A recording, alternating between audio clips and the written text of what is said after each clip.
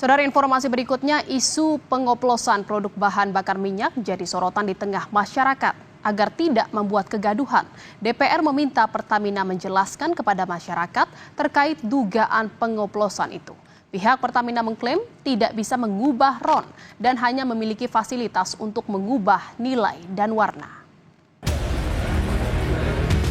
Isu pengoplosan Pertalite menjadi Pertamax milik PT Pertamina Patraniaga jadi perbincangan hangat. Komisi 12 DPR RI pun menyoroti isu pengoplosan bahan bakar minyak BBM dalam kasus dugaan korupsi Pertamina.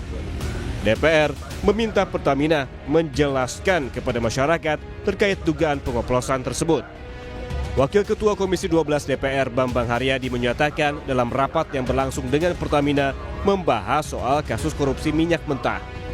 Anggota Komisi 12 DPR meminta klarifikasi dari Pertamina perihal dugaan pencampuran RON 90 dan 92. Jadi tahu isu yang beredar beberapa waktu terakhir terkait RON, kan kita tadi pastikan kepada semua pihak, tidak hanya kepada Pertamina, kan biar ada satu komparasi informasi yang seimbang. Tadi Pertamina dan pihak swasta semua menyatakan bahwa penambahan zat adiktif itu hanya sifatnya menambah value atau keunggulan terhadap jenis produk masing-masing penyalur BBM ini, kan badan usaha ini. Jadi tidak merubah RON. PTH Dirut Pertamina Patraniaga Mars Ega Legowo Putra menyatakan Patraniaga tidak bisa mengubah RON.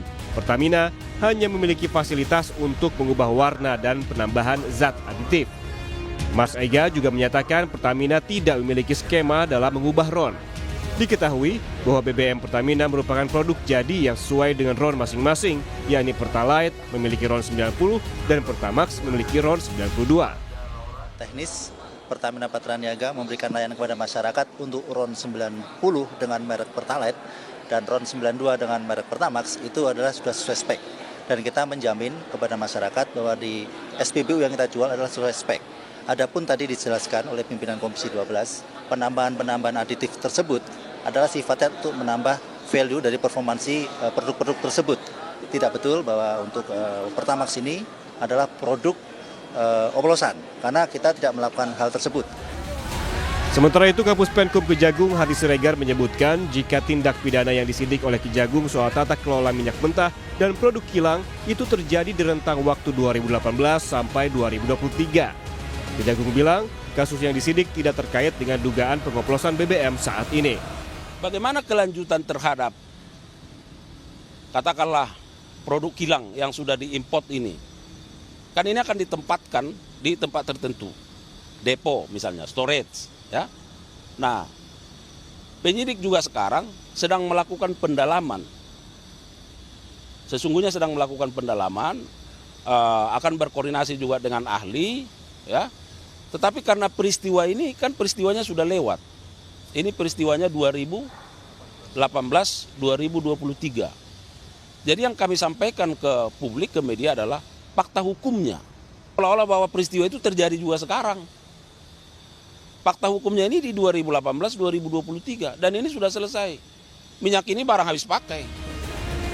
Sementara itu, menanggapi kasus dugaan korupsi di Pertamina, Menteri Energi dan Sumber Daya Mineral Bahlil Lahadalia akan mengevaluasi lebih lanjut terkait tata kelola hingga membenahi perizinan impor BBM. Bahlil bilang ia menghargai proses hukum yang sedang berjalan dan menghargai asas praduga tak bersalah terhadap kasus yang saat ini tengah diselidiki.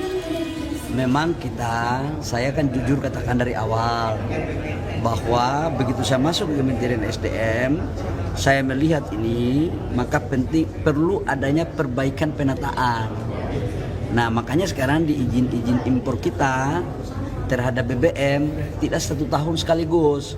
Kita bikin per 6 bulan supaya ada evaluasi per 3 bulan. Di ESDM itu sebelum kita audit kualitas, kita akan melakukan penataan terhadap sistem pengelolaan BBM dan LPG. Kenapa? Karena memang harus kita tata. Kalau tidak kita tata, ya begini terus. Selain itu, Penyidik Kejaksaan Agung menetapkan 2 tersangka baru dalam kasus dugaan korupsi tata kelola minyak mentah dan produk kilang PT Pertamina. Jadi, hingga kini total ada 9 orang yang ditetapkan tersangka. Sebelumnya, Jaksa Agung menyebutkan kerugian negara dalam korupsi Pertamina senilai 193,7 triliun rupiah untuk 1 tahun. Sementara korupsi tersebut telah berjalan selama 5 tahun. Tim Liputan, Kompas TV. Saudara, PT Pertamina Patraniaga membantah tuduhan praktik oplos dari Pertalite jadi Pertamax dan mengklaim kualitas Pertamax sesuai dengan spesifikasi yang ditetapkan pemerintah. Meski demikian, banyak warga yang kecewa dan ragu untuk menggunakan BBM jenis Pertamax yang saat ini beredar. Saya juga pakai Pertamax sekarang.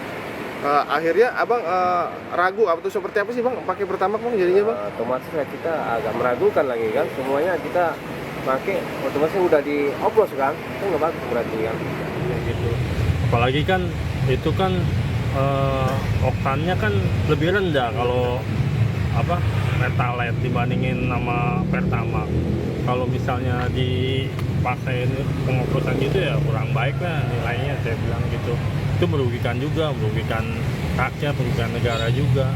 Kan itu kan berhubungan langsung sama pengguna, ya sudah. Kalau kayak kita kan ya disayangkan banget lah bang.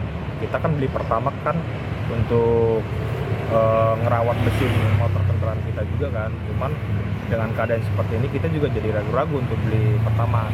Apalagi sekarang kita nggak tahu nih di semua SPBU Pertamax itu jadi plus atau gimana gitu. Mudah-mudahan kedepannya pemerintah kita melihatlah, respon lah akan masalah ini supaya menjadi lebih baik lagi ke depannya.